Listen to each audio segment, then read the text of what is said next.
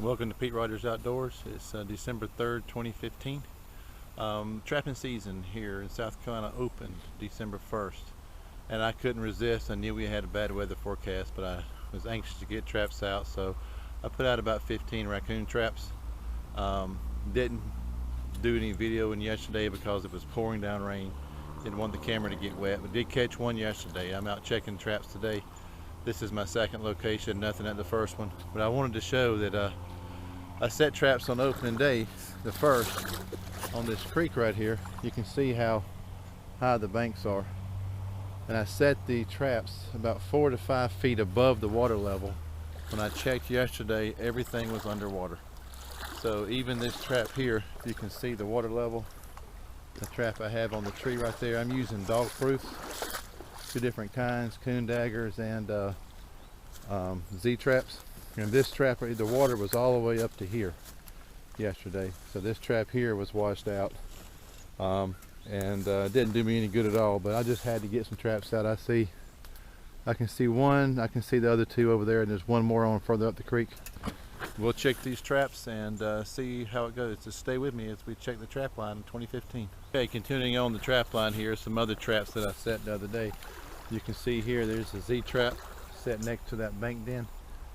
I've been trapping this creek for about 4 years now, and every year I know there's a coon that lives right here. And the problem was yesterday though, we had all that rain. The water was all the way up to here, top of the bank. Everything was underwater. That coon left, I'm sure. But see, I have the trap right here, so when he comes out of his bank den, he's going to bump his nose right in it, and we'll have a chance to catch him. Same thing over here. I'm having to film by myself, so pardon the creek noise. There's another bank den right there and a trap right beside it. So what I'm doing is I have some cables. See if you can see this. Right there I have a cable tied to the swivel, wrapped around the tree. Just threaded on there, sticking the ground, good to go. Marshmallows and cat food is what I'm using for bait on these. And seems to work real well. I put 3 small marshmallows underneath the trigger. That way the trigger can move. It's nothing hard underneath it, and then I put some cat food on top of it. Sometimes I use some commercial smell baits like Moonshine or Outlaw or Coon Cream by Kishel Scents.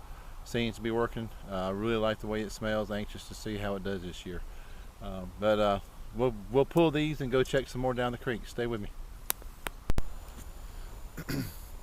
Come a little bit further down the line here, come to my last trap on this line, and you see coon right there, drowned in the creek.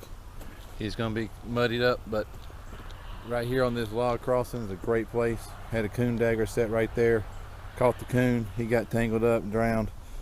He's no worse for wear. We'll get him out of here, get him skinned up, and go check on down the line. Okay, welcome back to Pete Rogers Outdoors. We're still checking the coon line on the 3rd day of trapping season 2015. Got this little creek right here. But what I did was a few weeks ago I came and put this feeder bucket in. It's a bucket here that is full of dog food just to attract the coons to this area. Came in here on the day I set traps. You can see where they've been clawing at it and everything. And it's just a 5-gallon bucket with some pipes on the side of it. I'll talk about that in another video. Gets the coons congregated in one area. I had a trap there. I got one there, here, and here. And I think the problem is they cleaned that bucket out so fast. When I came in here to set, the bucket was empty. So have to get them back coming here. The idea was to get them congregated, get them used to coming, put traps around it, and try to catch a bunch at once. But they ate my bucket dry so fast I didn't have a chance to set it before it was empty. So anyway, plus all the rain, you can see here all my bait is soaking wet. I don't know if y'all can see that. So the rain's kind of messed it up. You can get caps for these to help with that, but I don't like to use them. I'm gonna pull these, and this is it for today. These are all the traps I had out for today. I did catch the one, so that's a good day, and we'll see you back out on the trap line. Thanks for watching. Well, unfortunately, this is one of the things we face when we're trapping, and that is I've had 2 traps get stolen. I had one right here in that bank den, hooked to this tree. It's right here. You can see where it looks like I caught something. little bit of a struggle here, and it appears that somebody else got my trap.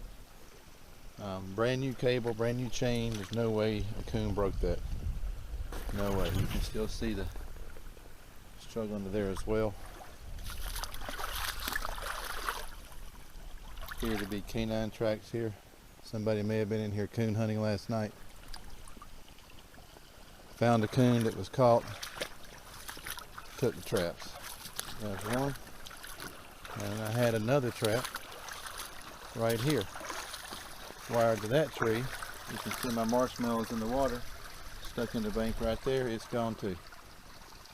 So even trapping on private land, I am a quarter of a mile from the highway through a locked gate, and my traps still get stolen.